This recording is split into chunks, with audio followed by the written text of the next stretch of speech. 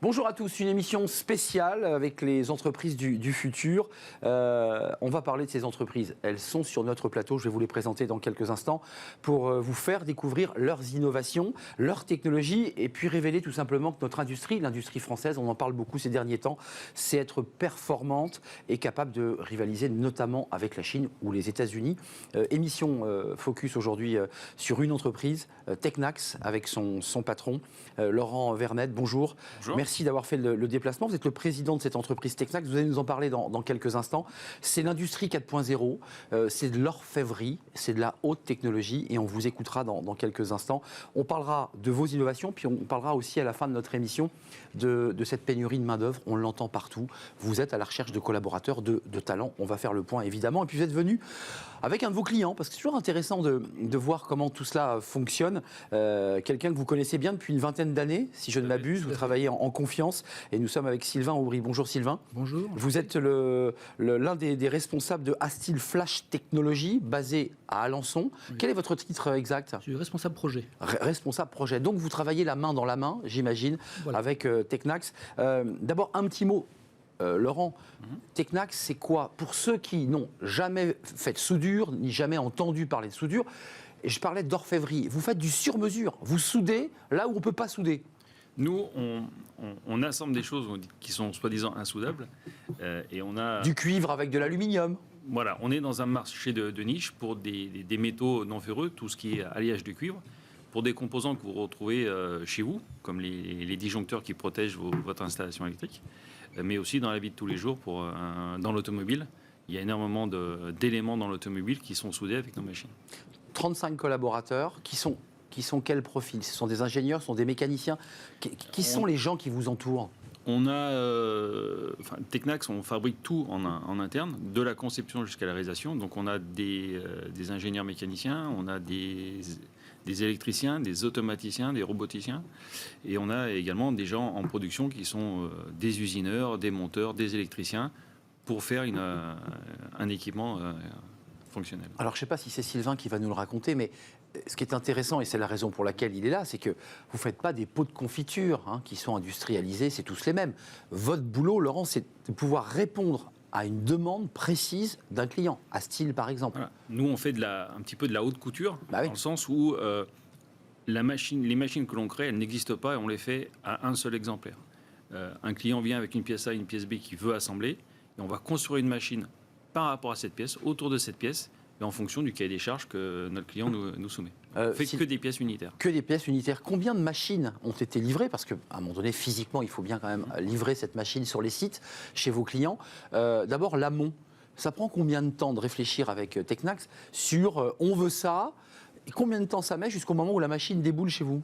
En fait, je dirais le gros travail au départ, c'est de savoir, d'essayer de définir quelle technologie on va pouvoir utiliser pour faire la pièce de notre client. Et c'est là qu'on rentre en relation avec Tecnax pour trouver le meilleur compromis, la meilleure technologie à utiliser pour faire la pièce pour un client. Combien de machines vous avez là aujourd'hui ? Nous, on en a une quinzaine sur notre site, depuis sur une vingtaine d'années qu'on travaille avec le Tecnax. Donc 15 machines qui proposent, j'allais dire, des services différents les unes des autres. Voilà, qui font des pièces différentes pour différentes pièces dans le secteur automobile.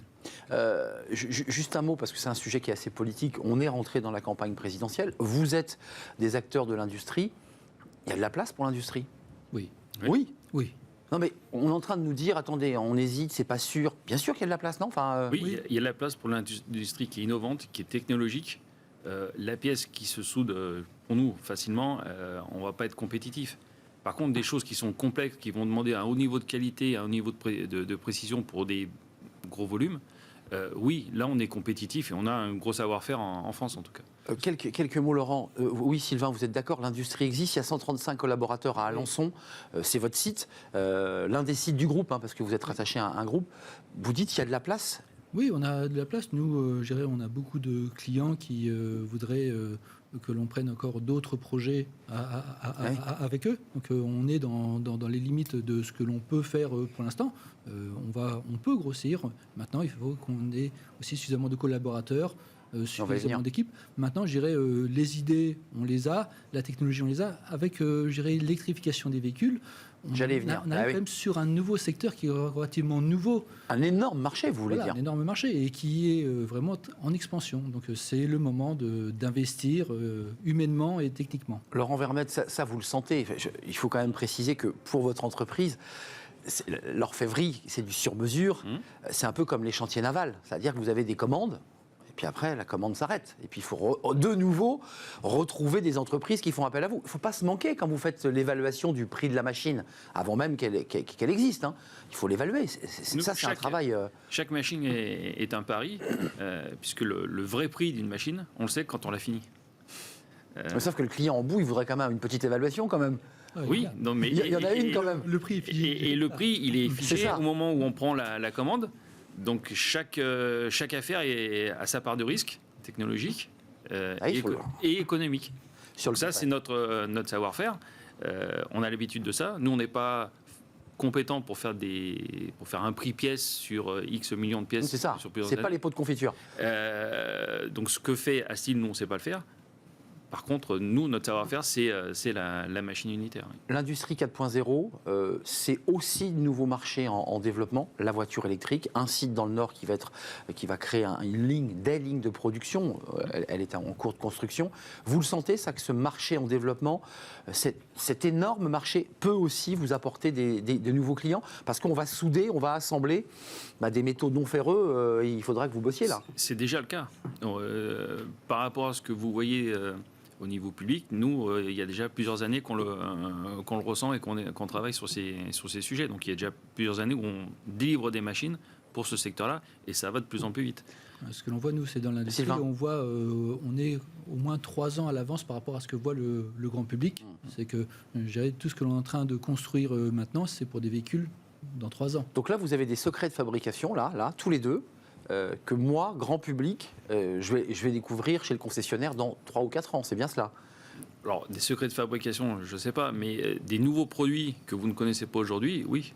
Nouveaux produits, c'est-à-dire en termes de quoi? D'alliage, de mélange de certains métaux, c'est quoi de fonctionnalité, de compacité, de robustesse. Il y a quelques années, on parlait uniquement de véhicules hybrides. Donc, il y avait des puissances qui étaient... nouvelles, mais relativement faibles. Aujourd'hui, quand on passe de véhicules électriques, on voit que les puissances augmentent de plus en plus, surtout avec la taille des batteries et les autonomies. C'est vrai.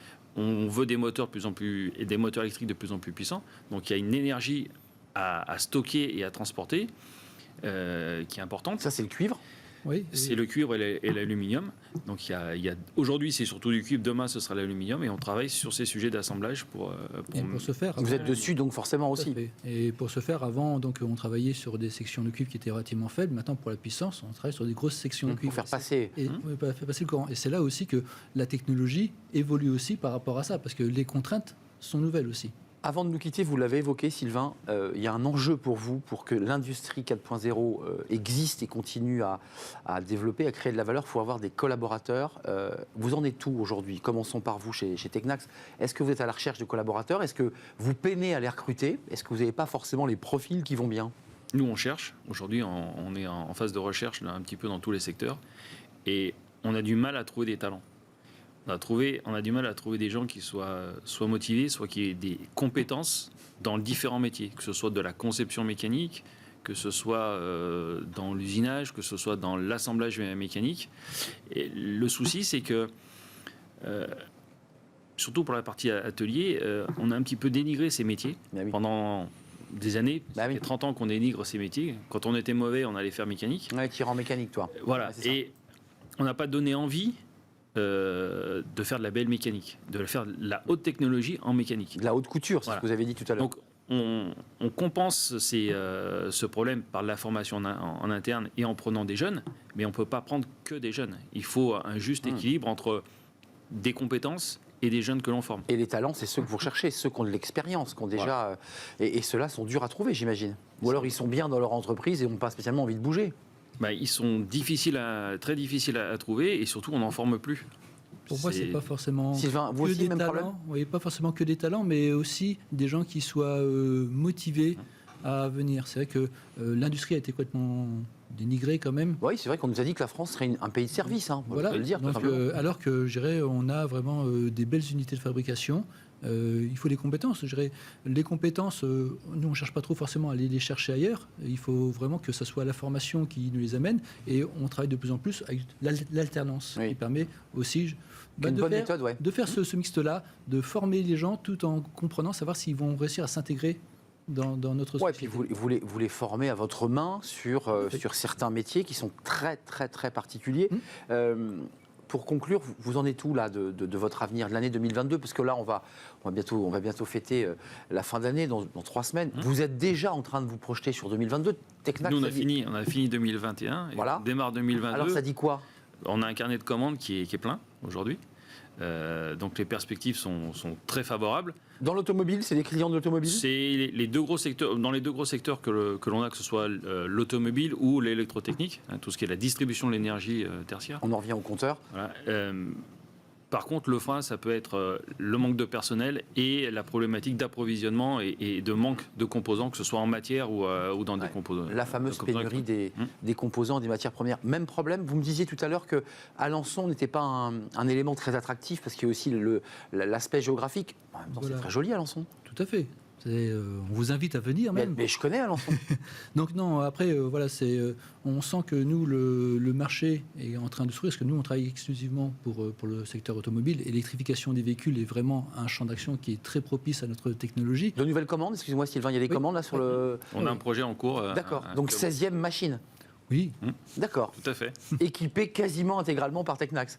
Ah bah celle-là, oui. C'est ça. Ah, c'est une machine de cheveux. Après, je dirais, nous, à côté, on a d'autres moyens de production, bien sûr, des outils bien de sûr. découpe, des moules de surmoulage et d'injection. Donc on a Toute la chaîne, bien sûr. toute la chaîne de fabrication. Le carnet, donc ça veut dire que là, vous êtes sur le marché de l'électrique, là. Oui, et on voit quand même aussi beaucoup de nouveaux clients qui arrivent, des nouveaux équipementiers qui arrivent sur le marché. Donc on est sur vraiment un éventail qui s'ouvre là-dessus, avec tout plein d'opportunités donc, à saisir. Juste avant de nous quitter, quand même, c'est important de dire un mot sur la Chine, parce qu'il y a les enjeux d'emploi, parce que ça, c'est important, mais la Chine était un peu faible sur le thermique, elle a rattrapé son retard sur l'électrique. Elle va vous challenger, vous la craignez, la Chine, sur ce sujet ? Aujourd'hui, la Chine est au même niveau que les Européens, voire légèrement en avance, parce qu'ils ont pris les devants, sachant qu'ils ne rattraperaient pas leur retard sur le thermique avec les Donc ils ont constructeurs. déjà basculé sur le Donc ça fait longtemps qu'ils travaillent dessus. Donc je pense qu'ils sont au moins au même niveau, voire peut-être un petit peu en avance par rapport aux constructeurs européens. Et avec un coût du travail plus faible. Oui. Voilà. Pas les mêmes conditions et un protectionnisme exacerbé. Forcené. Merci messieurs de nous avoir rendu visite. Entreprise du futur, en partenariat avec Bismarck, pour découvrir aussi quand vous roulerez en voiture, pensez à Technax. Voilà, vous direz tiens, il y a du Technax. On ne sait pas, c'est pas écrit sur la pièce, mais vous êtes là. Et quand j'appuie sur mon bouton électrique, je ne regarderai plus mon bouton de la même manière parce que je sais qu'il y a du Technax et des soudures un peu particulières qui sont là. Merci, merci Sylvain Aubry. Vous êtes project manager chez Astil Flash Technologies. C'est un grand groupe. Vous êtes sur le site d'Alençon, 135 collaborateurs. Et merci à Laurent Vernet, 35 collaborateurs, Technax. N'oubliez pas cette marque parce qu'on ne la voit pas, mais elle est essentielle à notre vie quotidienne. C'est un vrai plaisir, messieurs, de partager ce moment avec vous. Merci à vous. Merci pour votre fidélité. À très bientôt.